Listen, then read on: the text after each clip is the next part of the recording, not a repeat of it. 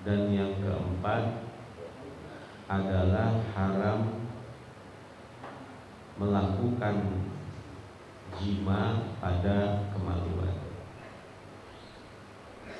Fil farji kubulan au duburan, baik itu kedubur kemaluan belakang ataupun kubul kemaluan depan.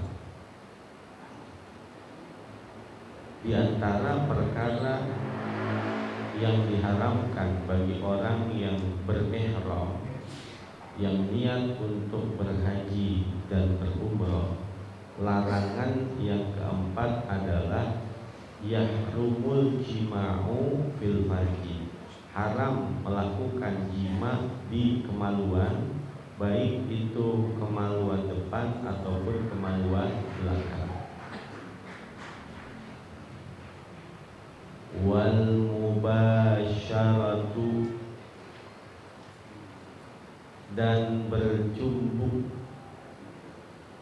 fima dunal farji bisyahwatin, pada sesuatu selain kemaluan dengan syahwat.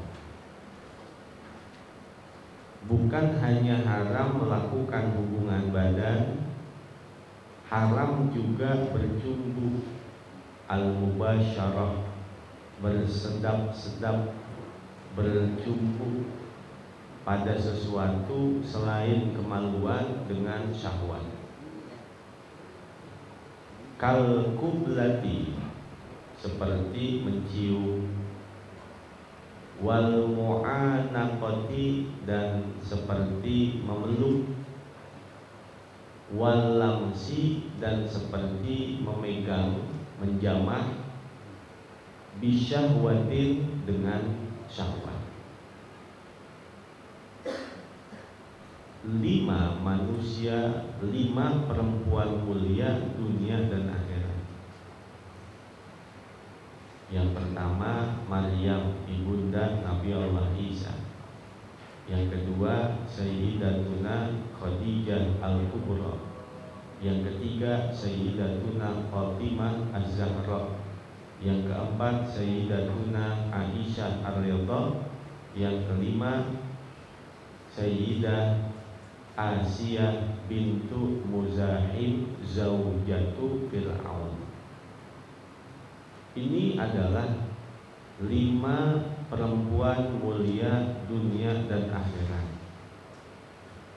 Dalam perjanji itu, hadara ummahu lailata maulidihi Asiyatu wa Maryamu fi niswatin minal haziratil qudsiyah.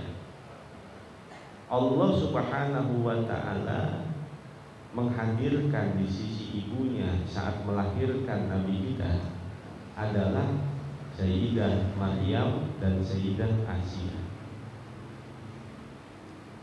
Dan ternyata Nabi itu dilahirkan bukan keluar dari kemaluan seperti keumuman manusia.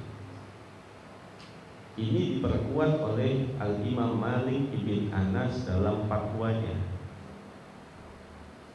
Annan Nabiyya sallallahu alaihi wasallam la yakhruju min makhrajil baul, bahwa Nabi dilahirkan keluarnya bukan dari kemaluan. Maka orang yang berkeyakinan, kata Imam Malik, bahwa jika Nabi itu dilahirkan keluar dari kemaluan, maka berarti dia telah kafir. Itu kata Imam Malik. Yang membantu proses kelahirannya adalah Asiyah dan Maryam, ma'anis watin minal haziratil qudsiyah, dan didampingi banyak perempuan-perempuan yang berasal dari surga. Di atas kemaluan, di bawah usri. Berarti apa tuh kalau orang sekarang? Apa namanya? Sesar. Ya, sesar. Bukan dari kemaluan. La yakhruju min makhrajil baul, tidak keluar Nabi dari keluarnya kemaluan. Umumnya seperti kita begitu. Yang membantu proses persalinannya adalah Maryam dan Asia, dan ternyata Maryam dan Asia nanti akan menjadi istri Nabi kita Muhammad sallallahu alaihi wasallam di surga.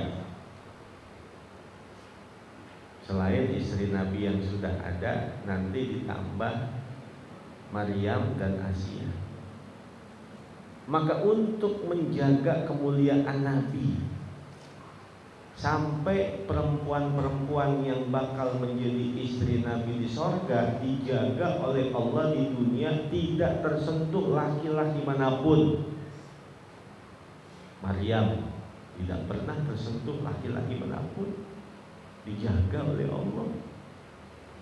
Asia bintu Muzahim, istri Fir'aun, dijaga oleh Allah, tidak tersentuh laki-laki manapun, bahkan oleh Fir'aun. Kan Fir'aun suaminya, kok nggak bisa disentuh? Karena riwayat mutawatir mengatakan bahwa Fir'aun itu ngampleh. Kenal apa gak ngampleh?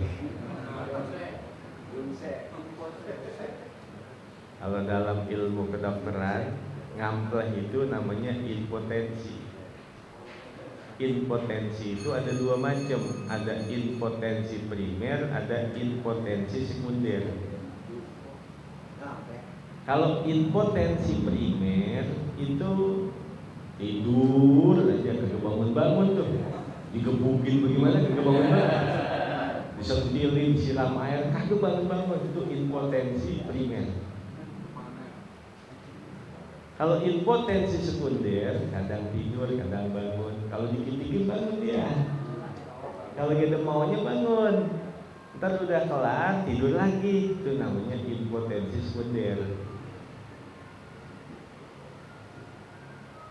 Sewaktu Asia bintu Muzahim akan mengangkat bayi yang ditemukannya di Sungai Nil, yang tidak lain adalah bayinya Nabi Allah Musa bin Imran, diambil oleh Asia. Kata Fir'aun, ini anaknya Bani Israel, musuh kita, mau diapain? Saya mau rawat, saya mau angkat jadi anak. Kata Fir'aun, gak bisa, saya akan bunuh dia. Bangun Asia marah, emang lu bisa ngasih gua anak? Lu kan ngampleh, begitu kira-kira. Yaudah, urusin dah. Ngalah dia. Maka ngamplehnya Fir'aun itu tidak lain adalah Allah di satu sisi menjaga kemuliaannya Asia bintu Muzahim, zaujatu Fir'aun. Karena Asia bintu Muzahim itu akan menjadi istri Nabi di dalam surga, selain dari Maryam ibunda Nabi Allah Isa alaihissalam.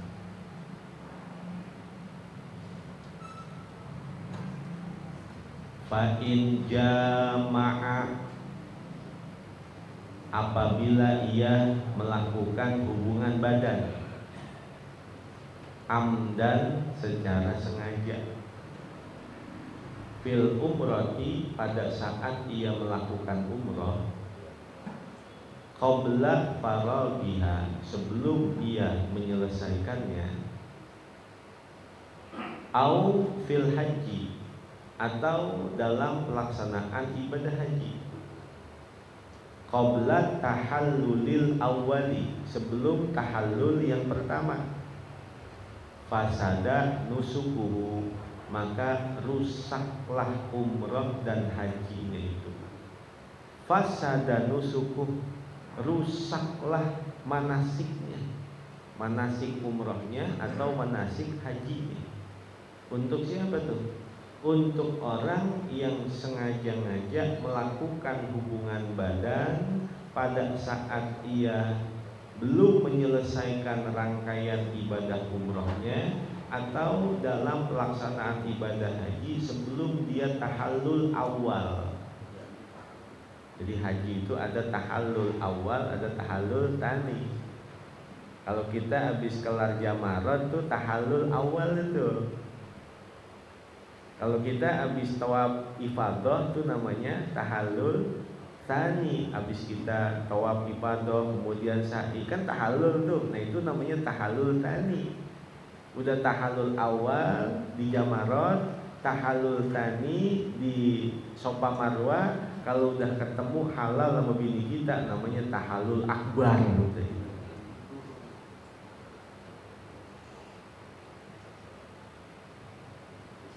Wa yajibu alaihi itmamuhu, dan wajib atasnya untuk menyempurnakannya.